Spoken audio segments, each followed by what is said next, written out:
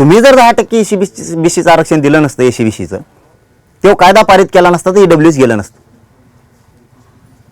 तुम्ही ते पारित केल्यामुळं ते केंद्रातलं आरक्षण EWS रद्द झालं, राज्यातलं पण झालं.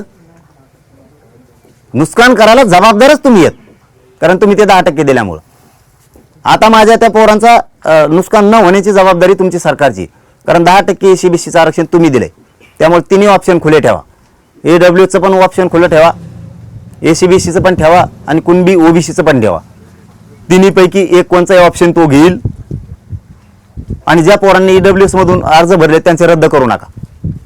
कुणबी प्रमाणपत्राला 6 महिन्याची व्हॅलिडिटी द्या.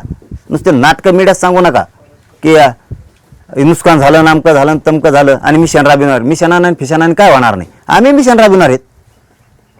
तुम्ही राबविलं का आम्ही राबविलंच. तुमचा देवेंद्र फडणवीस साहेबांनी रचवलेला एकही डाव मी यशस्वी होऊ देणार नाही. तुम्ही मिशन सुरू केलं, अभियान सुरू केलं की आमचं बी अभियान सुरू झालं. अगोदर आम्ही नाही करत, तुम्ही केलं की आम्ही सोडित नाहीत आणि मी सोडणार बी नाही.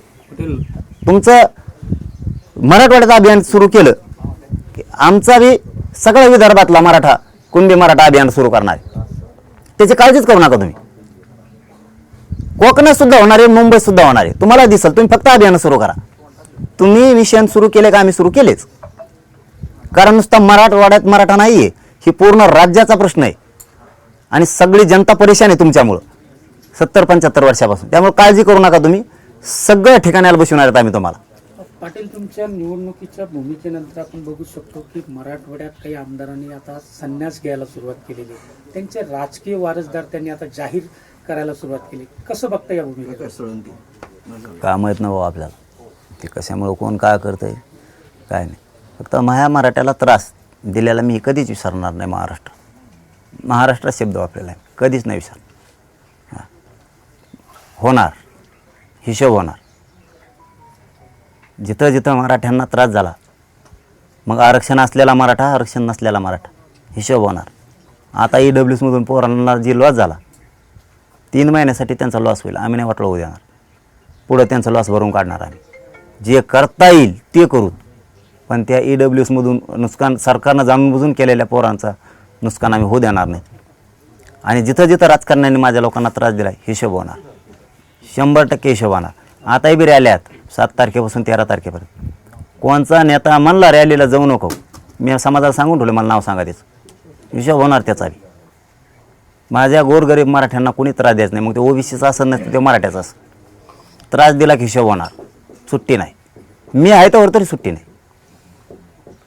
तुमचं जे आंदोलन चालू आहे आरक्षणाचं, त्याबद्दल भाजप तुमच्या विरोधात बोलते, राज ठाकरे बोलले, प्रकाश आंबेडकरांचंही वेगवेगळे स्टेटमेंट येत आहे. परंतु शिंदे गट असतील, शिवसेना किंवा अजित पवार गट असेल, हे काही बोलत नाहीत. किंवा तुमचं जी मागणी आहे सगळ्या स्वराची, ते बी बोलावं असं वाटतं होय तुम्हाला. गॅजेटची मागणी आहे, त्या संदर्भात काही चर्चा झाली? नाही नाही, गॅजेटच्या संदर्भात चर्चा नाही आहे कसलीच. परंतु फडणवीस साहेब करते ते चुकीचं करते. माझ्या विरोधात बोलायला लावलं आहे, ते बोलत नाही आहेत. मला तरी असं वाटतं की त्यांचा नाविलाज झाला आहे मराठ्यांच्या आमदाराचा आणि मंत्र्यांचा. फडणवीसांचा त्यांच्यावर प्रचंड दबाव आहे. मराठ्यात मारामाऱ्या लावून द्यायचे, हे 100% डाव दिसतोय त्यांचा. आणि ते बोलायला त्यांना भाग याच्यासाठी पाडले की आता मराठ्याच्या अंगावर जा. कारण यावेळेला शांत बसला याचा बरेच दिवस शांत आहेत. त्याचं कारण दिसतंय की फडणवीस साहेबांनी एक बैठक घेतली होती मध्ये मुंबईत सगळ्या पक्षाची. त्यात बरेच पक्ष आले नव्हते. बाहेर आलेले पक्ष आमच्या विरोधात गेलेत मराठ्यांचे.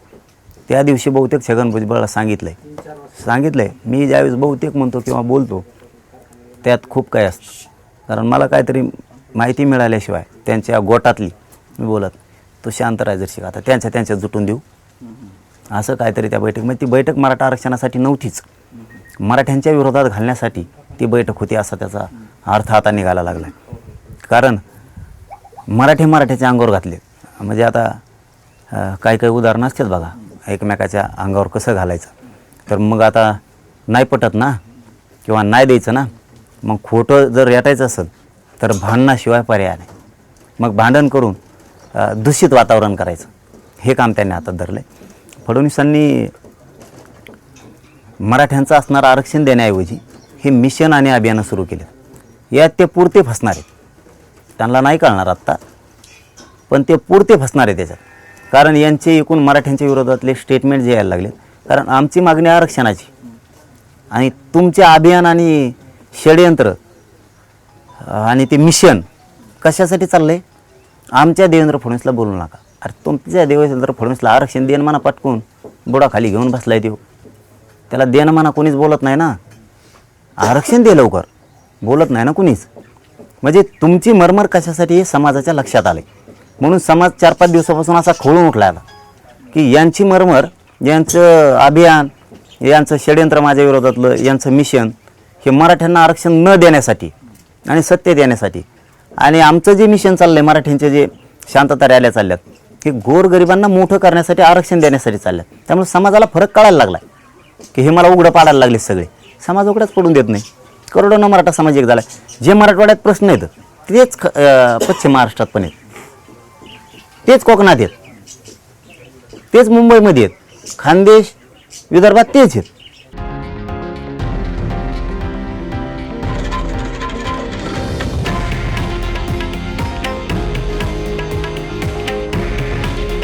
हे आहे देशातील नंबर 1 न्यूज नेटवर्क आणि आपण पाहत आहात TV9 मराठी.